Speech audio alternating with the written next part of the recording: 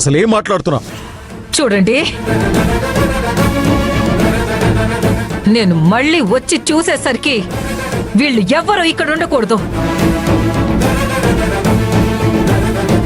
నా కంట కనపడకూడదు.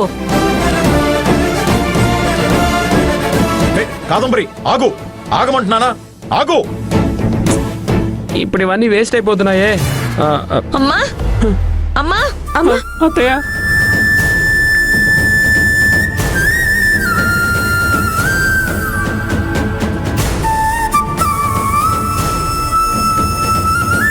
ఇక్కడ మనం ఒక్క నిమిషం కూడా ఉండకూడదు. మనం ఇంకా ఎక్కడే ఉన్నామంటే మన బిడ్డకే కష్టం. పదండి, ఇప్పుడే వెళ్ళిపోదాం. పదండి.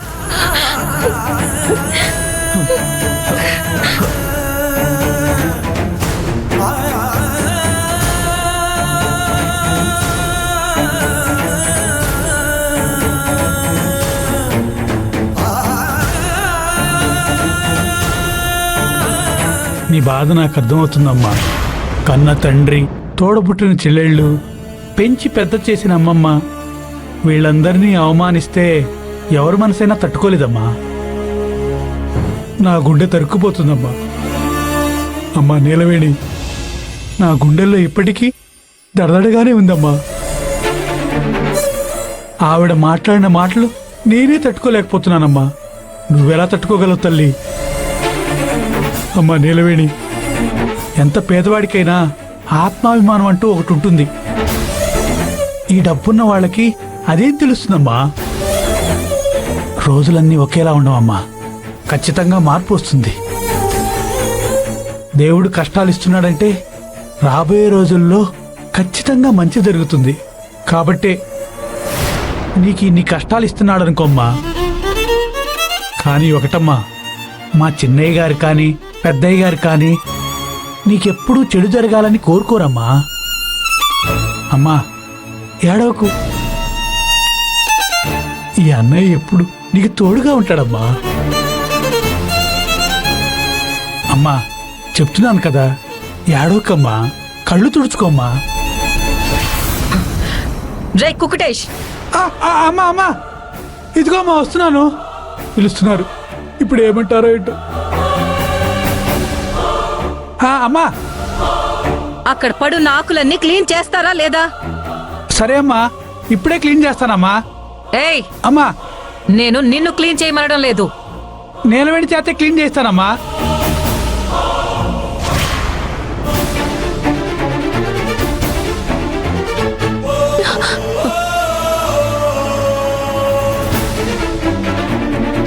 అన్నయ్య, ఏంటమ్మా? నాన్న చెల్లి వాళ్ళు ఎక్కడున్నారు? ఆ తర్వాత చెప్తాను, నువ్వు పని చేసుకోమ్మా. అన్నయ్య, వాళ్ళు ఎక్కడన్నయ్యా? నువ్వు లోపలికి వెళ్ళినప్పుడే వాళ్ళందరూ వెళ్ళిపోయారమ్మా.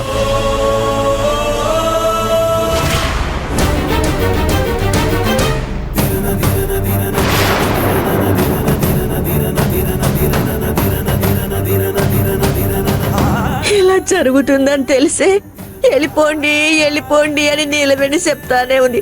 మనమే వినిపించుకోలేదు. అందుకని ఇలా చేస్తారా అమ్మమ్మ?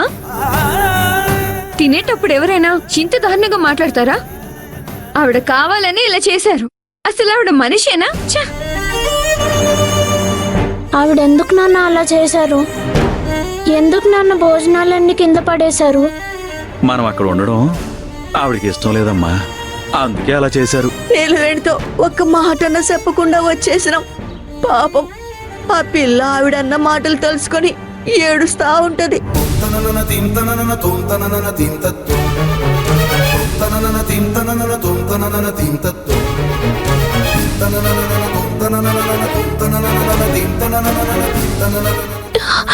నిత్య, నీరజ, అక్క.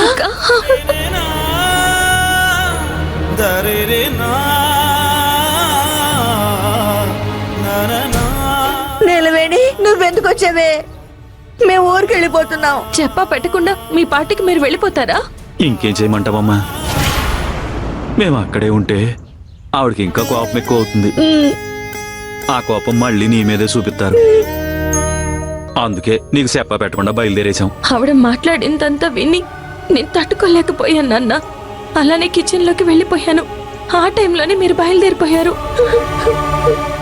మేమందరం ఉన్నప్పుడే నేను ఇంతలా అవమానిస్తున్నారంటే నువ్వొక్కదానివే ఉన్నప్పుడు ఇంకెంత అవమానిస్తారో అక్క. ఎలా అక్క ఇవన్నీ తట్టుకోగలుగుతున్నావు? నువ్వు చెప్పినప్పుడే మేము బయలుదేరి వెళ్ళిపోయి ఉంటే ఈ గొడవ అంతా జరుగుండేది కాదు కదా. తప్పంతా మాదే. మా బిడ్డ కాపురం ఉంటున్న ఇల్లు కదా అని వచ్చాం. తప్పేనే, తప్పే. నేను చెప్తూనే ఉన్నాను, మీరే వినలేదు. అప్పుడైనా ఇప్పుడైనా మనం ఆ ఇంటి పని వాళ్ళమే అమ్మమ్మా. ఊళ్ళో అయితే అందరం తోటలో పనిచేసేవాళ్ళం. ఇక్కడ నేను మాత్రమే ఇంటి పని చేస్తున్నాను, అంతే తేడా. ఏం మాట్లాడుతున్నావు?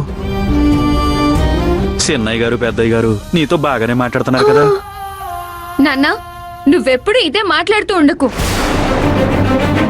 ఇంటి పని చేయడానికి వచ్చిన అమ్మాయికి తాళి కట్టిన వాళ్ళు మంచి వాళ్ళు ఎందుకు అవుతారు నాన్న? వాళ్ళ ఇంట్లో కూడా ఒక పెళ్లికని అమ్మాయి ఉంది కదా.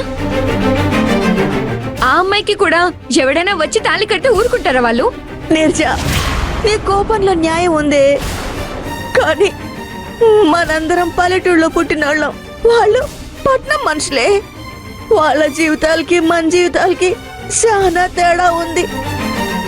ఎవరు 4 ముద్దలు కూడా తినలేదు. అంతా అలానే వదిలేసి వచ్చారు. ముందు తిందాం రండి. పర్లేదమ్మా, మేము వెళ్ళేదారిలో తింటాం. సరే పదండి, ముందు తిందాం పదండి. నాన్న, ఇటివ్వండి.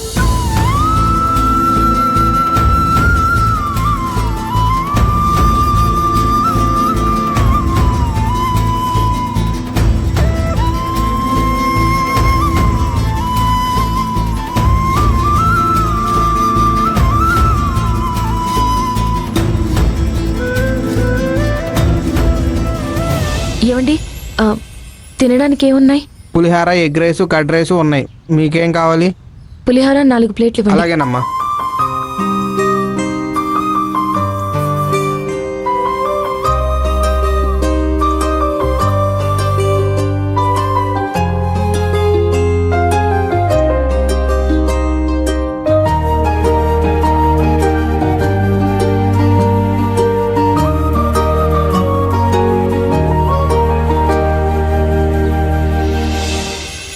నాన్న, తీసుకోండి.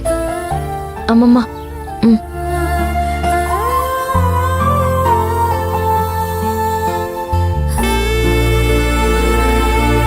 తీసుకో. నిత్య,